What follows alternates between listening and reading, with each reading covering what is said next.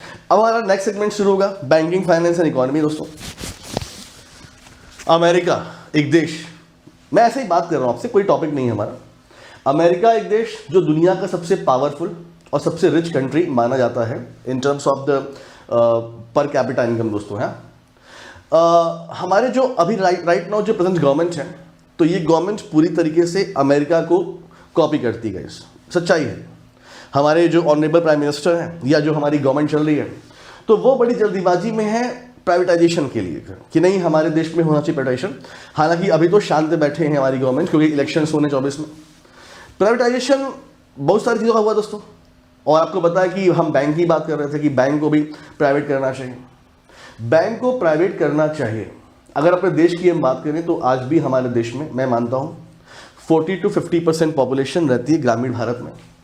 अगर आप बात करेंगे उत्तर प्रदेश की, मध्य प्रदेश की, बिहार की बात करेंगे, उत्तराखंड की बात करेंगे, हरियाणा की बात करेंगे, एमपी की बात करेंगे, ऐसे बहुत सारे स्टेट हैं हमारे देश में जो अभी उतने डेवलप नहीं हुए हैं, जहाँ पे स्टार्टअप कल्चर नहीं आया है, जहाँ पर इतने बड़े बड़े शेयर मार्केट नहीं है। यहाँ पर आप एक बिजनेस कर सकते हो। कौन सा बिजनेस? एक दुकान आप खोल सकते हो, बस, उससे ऊपर कोई सपोर्ट नहीं। यहाँ के बच्चे गवर्नमेंट जॉब की तैयारी भी करते हैं बहुत बड़े मायने में। तो जब आप बात करते हैं बैंक के प्राइवेट होने की, तो बैंक जो प्राइवेट होता है तो उसे प्राइवेट कंपनी चलाती है, प्राइवेट जो बिजनेसमैन है, और इनका जो ऑब्जेक्टिव होता है टू मेक प्रॉफिट। ये इनका प्रॉफिट कमाने का होता है दोस्तों। अभी आपने देखा कि अमेरिका में सिलिकॉन वैली बैंक जो है वो दोस्तों बैंक करप्ट हो गया, और उसके बाद सिग्नेचर बैंक करप्ट हो गया, और अब ये बोला जा रहा है कि कहीं 2008 वाला क्राइसिस हम देख ना लें।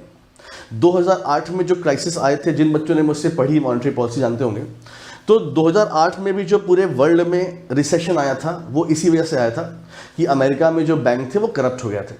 अब क्वेश्चन ये बनता है कि यार अमेरिका बैंक करप्ट क्यों हो जाते हैं? क्योंकि ये बड़ी मात्रा में लोन बांटते हैं टू मेक प्रॉफिट, और ये जो इनके लोन होते हैं गाइस, ये एनपीए हो जाते हैं। और जब ये लोन एनपीए हो जाते हैं तो फंसता कौन है? कस्टमर जो फंसता है बेचारा, जिसके पैसे अपने डिपॉजिट होते हैं। तो मेरा मानना ये है दोस्तों कि हमारी जो गवर्नमेंट है उनको जल्दीबाजी नहीं करनी चाहिए, क्योंकि गवर्नमेंट का सपोर्ट रहेगा तो बैंक करप्ट नहीं होते। इंडिया एक ऐसी इकॉनमी नहीं है कि यहाँ की मेजर जनता अपने पैसे शेयर मार्केट में लगाए, यहाँ की मेजर जनता प्राइवेट जॉब करती हो। हाँ, तो इंडिया को अभी भी फाइनेंशियल सपोर्ट की जरूरत है गवर्नमेंट ऑफ इंडिया से। तो दोस्तों, ये मैं आपको क्यों समझा रहा हूँ? मैं आपको ये इसलिए समझा रहा हूँ कि privatisation of bank is not good thing. ये अच्छी बात नहीं है भारत की इकॉनमी के लिए, और हमारी गवर्नमेंट को ये बात समझनी चाहिए। तो इस मेरे सेंटेंस को आप लोग थोड़ा फैलाइएगा। हाँ, मेरे वीडियो को शेयर कीजिएगा।